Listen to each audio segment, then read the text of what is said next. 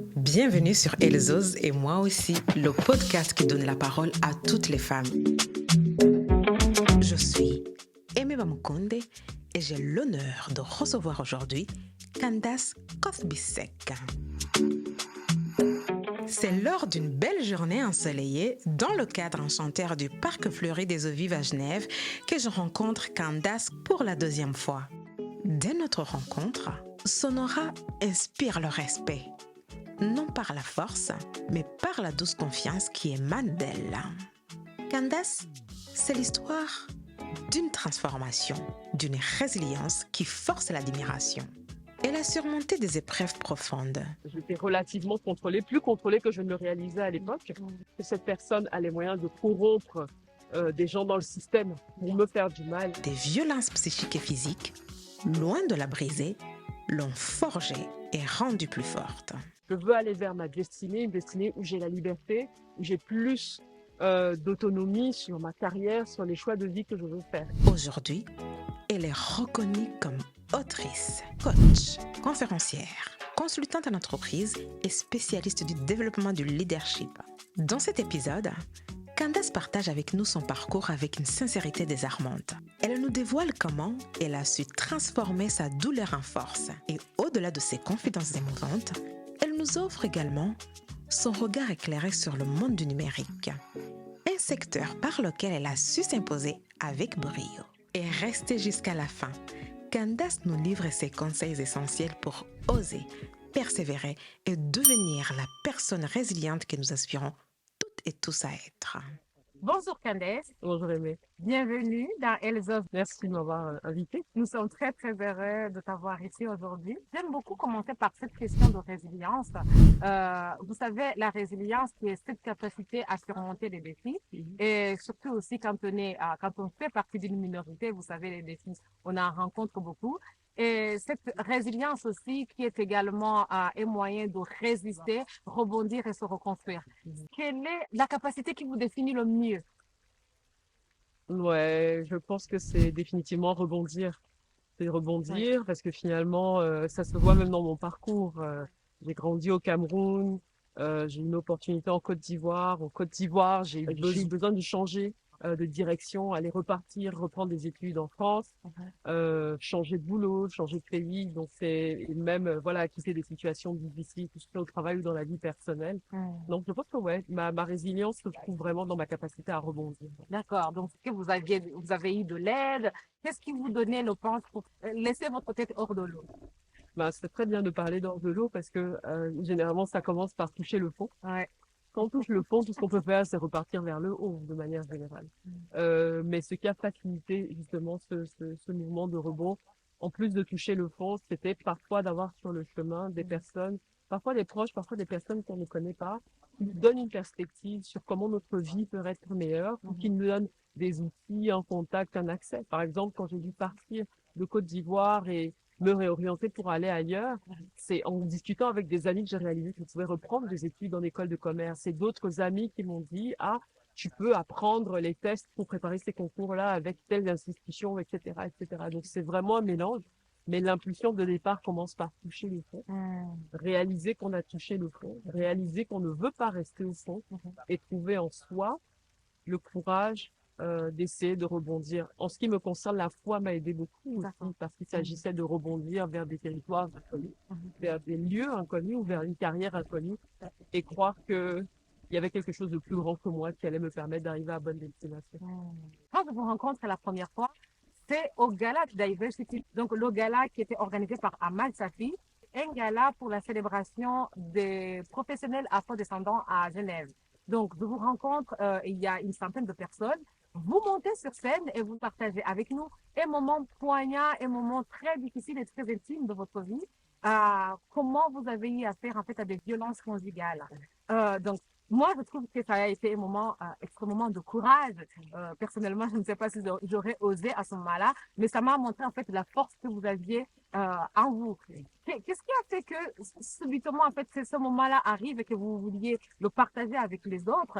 Ce courage est venu d'où? Est-ce que vous pouvez un peu revenir en arrière, en fait, nous parler un peu de ce moment et aussi comment vous avez rebondi après tout ça? Parfait. Alors oui, effectivement, quand j'ai quitté le Cameroun pour aller travailler en Côte d'Ivoire, j'étais dans une relation abusive, Mhm. violence conjugale, physique, émotionnelle, verbale.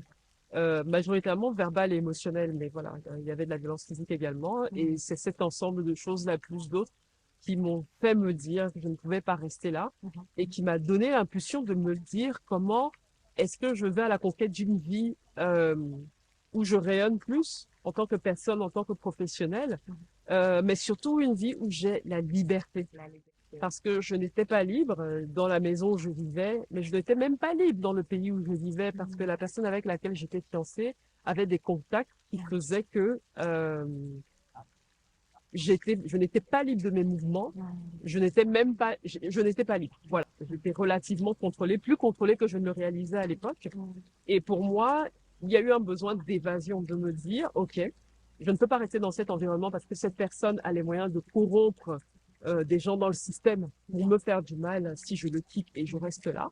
Donc, il faut non seulement que je quitte cette relation, il faut que je quitte ce pays, mais il ne faut pas juste que je m'enfuis. Et ça, c'est mon côté un peu camerounaise rebelle qui m'a dit, je ne peux pas quitter cet environnement pour repartir en arrière. Je veux aller vers ma destinée, une destinée où j'ai la liberté, où j'ai plus d'autonomie sur ma carrière, sur les choix de vie que je veux faire. Et c'est comme ça qu'au fil de beaucoup de prières, de lectures, de livres de développement personnel, de conversations avec des amis et même parfois des inconnus, j'ai réalisé que pouvoir reprendre le contrôle de ma vie impliquait repartir en France, repartir en France, refaire des études, reprendre des études littéralement. C'est un processus qui a duré assez longtemps entre le moment où je l'ai réalisé et le moment où je suis partie, quasiment 1 an et demi, 1 an et demi à faire semblant, 1 an et demi à préparer des concours compliqués en cachette, 1 an et demi à parfois encaisser des choses difficiles en sachant qu'il y a plus grand devant. Et c'est comme ça que j'ai réussi donc en août 2009 à repartir en France, reprendre des études d'école de commerce. Et ça a été le vrai commencement de ma vie professionnelle telle que le monde le connaît aujourd'hui. Et cette histoire-là, pour moi, m'a permis de me prouver à moi-même que je pouvais me sortir de situations difficiles avant ce que j'appelle ma vie à Abidjan, qui inclut cet épisode difficile là aussi. J'étais scolaire, j'étais impuissante face à ma propre vie, j'étais naïve, j'avais pas d'outils, j'étais désespérée, j'attendais un sauveur. Après Abidjan, je suis devenue mon propre super-héros. Et c'est cette capacité de mon propre super-héros qui, par la suite, m'a permis de reprendre ce rôle de super-héros pour les autres dans mon rôle de coach. Donc, quand je vais au Gala de la diversité et que Amal me propose de parler de mon travail de coach, ça me paraît important pour expliquer aux gens d'où je viens, d'où vient mon envie et ma capacité et mon engagement vis-à-vis de ce métier et du rayonnement et de l'épanouissement des professionnels de ma communauté. Ça me paraissait important de donner l'origine story, en fait, pour que les gens sachent d'où je viens. Donc, c'était effectivement un exercice de courage et de vulnérabilité, mais c'était aussi un exercice d'authenticité pour que les gens comprennent que je ne me suis pas levée il y a 3 ans et je me suis dit que c'était un métier sexy de raconter son métier de coach sur Instagram. Voilà, il y avait un fondement solide. C'est de là qu'est venu le Ah, mais c'est vraiment un grand courage parce qu'on a tendance à voir en fait des personnes qui réussissent, des personnes qui vont de l'avant et croire en fait que c'est venu, que ça allait retomber dessus juste comme ça sans avoir fait des efforts. Donc franchement, je trouve que vous avez un parcours extraordinaire. Et ce jour-là, le fait de l'avoir partagé devant des centaines de personnes, pour moi, c'était ça en fait le grand courage en fait. Donc diriez-vous que cette période-là a influencé votre parcours aussi, hein, et que, surtout votre carrière, justement. Et énormément parce que j'ai appris de cette relation-là qu'on n'est pas obligé de rester là où on souffre. On n'est pas obligé de croire en ses propres limitations. Parce qu'on peut se dire, mais je n'ai pas le choix. C'est le meilleur contexte dans lequel je puisse évoluer, vu là d'où je viens. Comme on dit au Cameroun, il faut que je supporte. C'est-à-dire, il faut que j'encaisse la souffrance parce que il faut pas rêver. Le conte de fées n'existe pas. Après avoir surmonté ça, même quand j'ai été dans des situations difficiles et contraignantes dans ma vie professionnelle, plutôt que d'avoir le réflexe de me dire, bah, il faut faire avec, le monde n'est pas parfait, il faut accepter. À chaque fois, je me suis rappelé, souviens-toi, Abidjan, il y a toujours mieux devant, même si pour l'instant tu ne le crois pas et même si tu ne sais pas comment aller devant, en fait. Et c'est d'où vient exactement c'est cette énergie-là qui m'a donné à chaque fois la capacité à rebondir. Et c'est avec cette même énergie-là que je coach les personnes qui sont dans des situations limitantes, que ce soit dans le cadre du travail ou plus de manière plus large dans leur vie, qui se disent que ma place est ici et je ne peux pas aspirer à plus. Moi, je viens avec cette expérience-là, je viens avec cette conviction-là, leur dire que voilà, il y a plus grand, il y a plus beau et les guider vers voilà, vers ce futur-là. Merci. Vous commencez votre carrière donc au Cameroun, ensuite vous travaillez en Europe et aussi en Asie aussi, et ensuite vous décidez de vous installer en Suisse. Vous avez encore de l'impact sur l'entrepreneuriat numérique. Le numérique hein, et ses usages, notamment dans le contexte entrepreneurial, est un concept dans votre travail, c'est un concept clé que vous utilisez tous les jours. Mais parfois, il peut sembler en fait très complexe pour celles et ceux qui ne le comprennent pas. Comment décrirez-vous le numérique de manière plus simple et comment cela peut-il transformer les individus et surtout les communautés? Absolument. Alors, quelqu'un m'a demandé une fois dans une interview, alors, Candace, comment est-ce qu'on fait pour réussir dans le numérique? Et je lui disais que je ne crois pas en la réussite dans le numérique parce que c'est comme demander comment est-ce qu'on fait pour réussir dans l'électricité. Le numérique est un outil. Le numérique est un accélérateur. Le numérique est une technologie qui donne du pouvoir et du rayonnement à n'importe qui finalement. C'est-à-dire que il y avait une manière de travailler avant qu'on ait accès à l'électricité, une manière de travailler après. Le numérique, c'est exactement la même chose. Que vous soyez coiffeuse, que vous soyez salarié, que vous soyez maman, le numérique, si vous apprenez à l'utiliser, vous permet de gagner du temps, vous permet de gagner de l'énergie, vous permet de toucher plus de monde, vous permet de générer plus de revenus, de gagner plus en travaillant parfois moins. En fait. Et donc, je veux que les gens perçoivent le numérique comme une espèce de bonne marraine la fée qui peut venir accélérer, faire grandir, faire rayonner, faciliter absolument tout ce qu'ils font pour peu qu'ils apprennent à l'utiliser. D'accord, très bien. Nous devons vous suivre justement au coaching que vous avez prévu, où vous allez donner un coaching justement sur l'entrepreneuriat numérique. Donc, on verra ensemble tout à l'heure comment ça se passera. Vous avez donc reçu le prix McKinsey Next Generation Women Leaders, qui est en fait un prix qui récompense et qui reconnaît le leadership exceptionnel de l'impact positif sur la société. Dire quoi, un grand prix, félicitations. Est-ce que vous pouvez nous partager comment ce prix a eu de l'impact sur votre carrière? Ça a eu un impact extraordinaire parce que j'ai commencé à coacher en 2011, en marge de ma reprise d'études en école de commerce. J'accompagnais des jeunes étudiants qui voulaient, comme moi, accéder à des écoles françaises prestigieuses, mais qui ne savaient pas nécessairement comment se vendre, comment structurer leur histoire, structurer leur narratif pour expliquer au jury d'admission pourquoi ils étaient le bon candidat. En fait. C'était souvent des étudiants introvertis ou qui n'avaient simplement jamais fait cet exercice-là. Et ma pratique du coaching a évolué avec moi. En fait, finalement, chaque fois que je faisais un pas ou deux en avant, je m'attelais à coacher ceux qui étaient un pas ou deux en arrière pour pouvoir arriver là où j'allais ou un peu plus loin. Un peu plus tard, en rentrant au Cameroun, j'ai arrêté cette activité parce que j'étais trop prise, mais je recevais beaucoup de messages de femmes professionnelles qui me voyaient très visible et être perçue comme très crédible dans mon travail, qui m'écrivaient via LinkedIn, via Facebook, qui me demandaient comment vous faites, comment vous avez fait, comment puis-je faire. Et j'ai commencé de manière informelle à coacher des femmes sans vraiment que ce soit rémunéré ou à même dans le cadre de mon activité au Cameroun, organiser des événements pour encourager les femmes.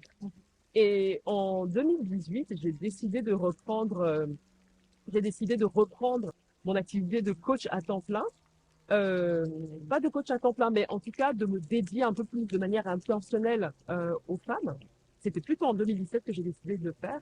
J'ai recommencé à le faire et quand j'ai vu passer le prix McKinsey Next Generation Women, j'ai décidé de leur parler de pourquoi j'étais coach et de comment je coachais les femmes. Et j'utilisais énormément le numérique parce que vous avez vu, je déménage souvent. Donc pour garder une base de clientèle constante, c'est important pour moi d'ancrer mon activité de manière virtuelle pour pouvoir toucher des clients du monde entier. Et avec ce prix-là, où il y a eu d'abord une récompense financière, mais aussi une reconnaissance de mon travail, j'ai pris confiance dans le fait que ma proposition de valeur faisait du sens. Et j'ai aussi eu le courage de saisir de plus grandes opportunités, commencer à proposer mes services à des entreprises, à des fondations et assumer ce que je faisais, ne plus en faire un hobby caché sur le côté, mais enregistrer proprement mon activité et commencer à affirmer, oui, je suis coach. D'accord. Mais, en tout cas, bravo. En fait, on le voit maintenant de plus en plus, c'est ce qu'on ne voyait pas avant, les personnes qui donnent du pouvoir aux femmes, hein, les personnes qui poussent les femmes à aller de l'avant. Donc, surtout les femmes issues des minorités. J'aimerais savoir quel est le conseil que vous donneriez à une jeune femme, à une jeune fille qui regarde les réseaux maintenant et qui se dit, j'aimerais bien emprunter ces pas, j'aimerais bien emprunter ces pas, j'aimerais bien savoir comment elle a fait. Quel est le conseil que vous lui donneriez? Je pense qu'il faut déjà commencer par la fin, ce qui n'est pas très intuitif. Se dire, si, imaginons, je suis dans 5 ans, à un endroit où j'adore aller, euh, je partage ma vie avec la personne avec laquelle j'ai envie de partager, ma vie personnelle ressemble à ce que je veux, j'adore ce que je fais dans mon travail, j'adore la manière dont mon travail est valorisé, j'adore mon quotidien, j'adore comment j'organise mon temps. À quoi ressemble cette image-là? Qui suis-je? Qu'est-ce que j'ai développé comme activité? Qu'est-ce qui me fait me sentir fière, heureuse et épanouie? Et une fois qu'on a cette image-là en tête, c'est un peu ça la boussole, en fait, qui va guider nos choix, nous faire dire oui à certaines choses, nous faire dire non à certaines choses, mais ça va aussi et surtout nous permettre d'incarner aujourd'hui cette personne que l'on veut devenir demain, parce qu'on a fait connaissance avec cette personne-là. Et si on n'est pas en mesure de se projeter soi-même dans cette vision-là, il faut trouver un rôle modèle.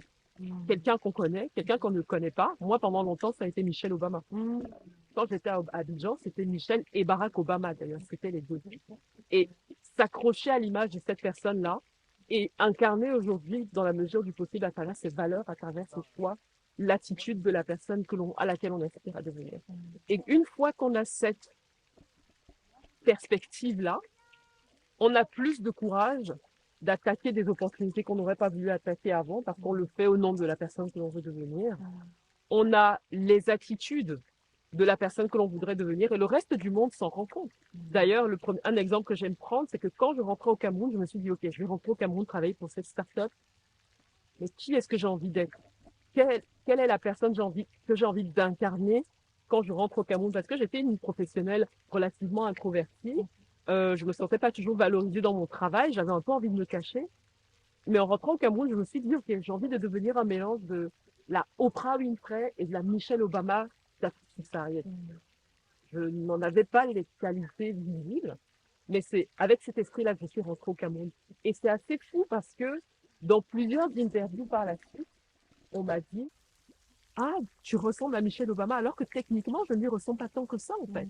Mais j'ai commencé à attirer des opportunités et un jour, après une conférence que j'ai faite, voilà, on m'a envoyé des photos et je me suis dit, mais mince, je suis devenue cette professionnelle-là, je suis devenue cette personne qui envoie du charisme, qui donne de la force aux autres, etc. Mais ça a vraiment commencé par la vision. La vision, l'entourage. C'est important d'être entouré de personnes qui vous font vous sentir en sécurité, mais qui vous donnent aussi envie d'aller plus haut. Que ce soit des personnes de votre famille, que ce soit des amis. Et si vous n'avez pas ça dans votre entourage immédiat, trouvez-le en ligne. Faites attention au contenu que vous absorbez. Assurez-vous d'être influencé par les personnes auxquelles vous avez envie de ressembler et de vous entourer dans votre vie ou virtuellement de personnes qui ont des vies qui sont inspirationnelles pour vous, que ce soit des relations qui vous inspirent, que ce soit une carrière qui vous inspire, que ce soit une personnalité qui vous inspire. Donc, c'est vraiment les deux choses principales, la vision, l'entourage. Et le dernier petit bonus qui m'a bien aidé pour moi, c'est vraiment la foi, en fait. Prendre soin de soi physiquement et spirituellement pour avoir le socle qui permettra, voilà, de manifester ce qu'on a besoin de manifester dans sa vie, autant professionnelle que personnelle. D'où l'importance, vraiment l'importance des modèles, d'avoir un rôle modèle vraiment et de le suivre et essayer d'apprendre de cette personne. Donc, merci beaucoup pour cette réponse. Le lendemain de cette interview, nous avons été conviés à la conférence intitulée « Bâtir efficacement une carrière épanouissante ». Cependant, pour des raisons de confidentialité, nous ne pouvons pas révéler en détail le contenu de la conférence. Mais nous avons pu poser quelques questions aux participants et aux participantes. Pourquoi avoir choisi d'assister à cette conférence donnée par Candace et qu'en ont-ils retenu? Je ne la connaissais pas, je ne connaissais pas du tout ses activités, mais je suis venue pour le sujet qu'elle propose, surtout le lien qu'elle fait entre carrière professionnelle et la diversité étant une femme noire. Et j'avais vraiment la curiosité de savoir en fait quel était le fond en fait. C'était vraiment une curiosité, c'était pas parti d'une volonté de d'une volonté de comment dire d'une volonté j'avais pas un avis déjà avant de venir, etc. Du coup, voilà. Je repars avec surtout une question qu'elle avait posée durant l'atelier. Quand elle était, en fait, sa question c'était sur qu'est-ce qu'on voulait être quand on était petit. Et en fait, j'ai réalisé que certes, le métier que je voulais faire étant petite, c'était pas formellement ce que je faisais maintenant, mais il y a toujours une valeur ou quelque chose qui est en lien avec les valeurs qu'on prône actuellement ou le nouveau travail qu'on a actuellement en tant qu'adulte. Donc, j'ai trouvé ça super intéressant. Pourquoi Candace? Je la connaissais pas sa présentation. Donc du coup, c'était vraiment une belle surprise, une belle rencontre que j'ai faite ce soir. C'est vrai, via l'association CAMAF, via le compte Instagram de CAMAF, et le sujet m'intéressait. Comment bâtir une belle carrière, et d'autant plus faite par une personne noire et encore plus faite par une femme noire. Donc étant nouveau ici à Genève, je me suis laissé porter par ma curiosité et pouvoir découvrir voilà, d'autres personnes aussi qui sont dans la même optique de vouloir bâtir une bonne carrière. Donc je me suis dit pourquoi pas. Je repars avec plein d'idées de fondamentaux que j'avais aussi déjà un peu au départ, et plein de nouvelles rencontres enrichissantes aussi également. Ça permet de voir que une carrière professionnelle ne se bâtit pas forcément juste simplement avec les promotions et les diplômes. C'est vraiment quelque chose qui doit venir, et on doit se sentir à l'aise dans sa carrière. Et c'est pas parce qu'on est, comme elle a pris comme exemple, on est directeur où on gagne 200 000 par an, mais ça ne correspond pas à nos valeurs et à ce qu'on s'imaginait être petit, ou ce qu'on a aspiré à être, qu'on va dire que j'ai réussi ma carrière. La carrière, voilà, c'est un tout, c'est aussi le métier, mais c'est aussi si c'est en concordance avec nos valeurs, et si on se sent bien dans ce métier-là, dans le fait de ce qu'on fait, quoi. Le plus important, c'est se sentir bien.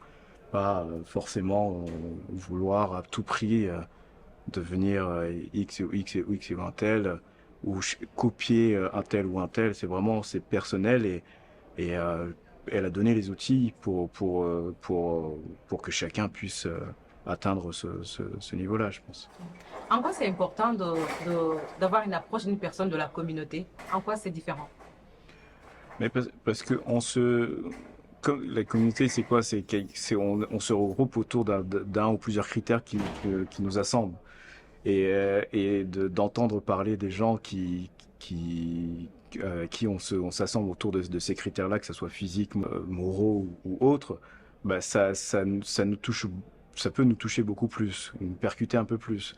Et je trouve que c'est important pour les gens qui sont autour de nous, parfois qui sont perdus ou pas perdus, qui puissent se projeter, se représenter sur quelqu'un qui a réussi, et de savoir que c'est possible de le faire.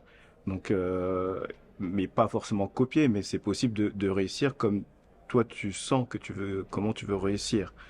Donc, je trouve que c'est important que ce soit la communauté noire, communauté autre, arabe, juif, que sais-je. Mais voilà, se regrouper autour de critères qui nous rassemblent, et entendre ces mots, ces expériences de gens qui ont réussi, c'est toujours enrichissant. Donc, Merci beaucoup, Flavien. merci à vous. Candace, bonsoir. Bonsoir. Aujourd'hui, nous nous retrouvons à la Maison des Associations à Genève, où vous avez donné une conférence « Bâtir efficacement une carrière épanouissante ». Pourquoi c'est ça comme titre qui vous est venu en fait? Parce que au carrefour de tout ce que je fais, c'est aider les gens à rayonner, à s'épanouir à travers leur travail, qui est le point commun en fait. Que ce soit former des entrepreneurs à utiliser l'e-commerce pour être plus performants, que ce soit booster des femmes professionnelles sur utiliser leur personal branding pour attirer des opportunités. Finalement, moi, ce qui m'intéresse, c'est que les professionnels c'est pas qu'ils réussissent professionnellement dans la dimension classique du terme, mais vraiment s'épanouir, trouver du sens et une forme de joie dans ce qu'ils font. Et je me suis dit que finalement, c'était un titre très direct, très explicite, et c'est comme ça que j'ai eu l'idée de le faire. Aujourd'hui, on a vu des jeunes femmes, on a vu aussi des hommes qui appréciaient beaucoup de voir une femme noire donner ce genre de conférence. Toutes et tous étaient convaincus que c'était très important d'avoir une personne de la communauté avec qui on partage les mêmes valeurs, l'air parler. Est-ce que vous remarquez cela lorsque vous donnez vos conférences? Énormément, parce que finalement, quand je prends des personnes qui sont issues de minorités ethniques, par exemple, ils et elles sont généralement dans des situations de relatif isolement dans leur environnement de travail. C'est-à-dire que quand ils ne sont pas les seuls de leur religion, de leur couleur ou de leur nationalité, il y a une ou deux personnes maximum et tous ne sont pas nécessairement au sommet de l'entreprise. Donc se retrouver dans un espace où une personne qui leur ressemble leur parle des limites et des opportunités qu'ils peuvent rencontrer dans leur carrière, on se sent vu, on se sent compris et ça rassure en fait. C'est encore plus impactant d'entendre une personne qui nous ressemble, qui comprend notre cheminement personnel, culturel, etc. et les challenges qu'on peut rencontrer quand on est issu de minorités. Ça impacte encore plus qu'un expert standard, je dirais, nord-américain, qui donne des conseils. Donc moi, je le vois vraiment au quotidien, quoi. Les gens n'ont pas seulement de la connaissance qu'ils reçoivent, il y a une forme de soulagement dans l'idée d'être vus et compris et d'avoir des conseils qui sont ultra pertinents. Est-ce que vous remarquez justement qu'il y a une forte demande pour ce genre de conférence? Parce que vous parlez également de la confiance, de l'impact qu'on peut donner à l'impulsion de sa carrière, vous parlez des rêves, vous parlez des atouts, du réseautage.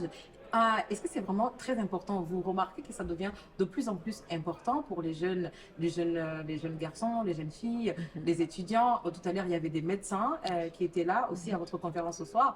Vous remarquez qu'il y a une forte demande pour ce genre de conférence? Alors, une forte demande, pas tant que ça. Parce qu'en fait, il y a un fort besoin dont les gens n'ont pas toujours conscience et ils n'ont pas toujours conscience du fait que ce besoin-là peut être satisfait. Donc, ils ne cherchent pas.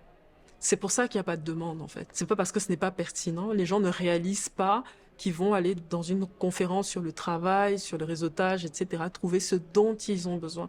Et il y a un vrai boulot d'évangélisation presque, en fait, de partager le message, présenter du contenu, présenter des opportunités pour faire grandir la prise de conscience du fait qu'il y a des problèmes qui existent et il y a des solutions adaptées par des personnes qui correspondent à ce dont ils auraient besoin, quoi. Donc ouais, il n'y a pas de demande, la demande n'est pas encore aussi forte qu'on le croit, mais beaucoup de gens, notamment des influenceurs, savent créer cette demande-là en construisant leur communauté et en partageant les messages d'éducation dont ils ont besoin.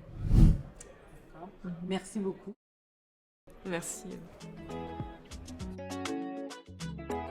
Au mois de mars dernier, Candace a publié le tome 1 de son livre intitulé Miracles sans frontières, Survivre à Abidjan. Dans ce récit tiré de son parcours personnel, Candace revient sur sa tentative de fuir une relation abusive à Abidjan dans l'espoir de reconstruire sa vie et sa carrière. Son livre est déjà disponible sur Amazon. À travers cette rencontre et cette conférence avec Candace, nous avons découvert bien plus qu'une experte du développement du leadership. Candace est une femme d'une force intérieure exceptionnelle qui a su transformer ses épreuves les plus sombres en une source de courage pour rebondir encore plus haut. Elle nous rappelle également que la véritable réussite ne se mesure pas uniquement en termes de carrière, mais aussi en termes de courage, de persévérance et de capacité à inspirer les autres à faire de même. Son message résonne avec force. Peu importe la profondeur de nos chutes, il est possible de se relever plus forte et plus déterminée. J'espère que vous avez apprécié cet épisode autant que moi. N'hésitez pas à nous le faire savoir dans les commentaires, à liker et à partager ce podcast en vidéo et en audio. Cela m'aide énormément à continuer à vous proposer des contenus avec des femmes inspirantes pour continuer d'oser et de développer notre résilience au quotidien. À bientôt!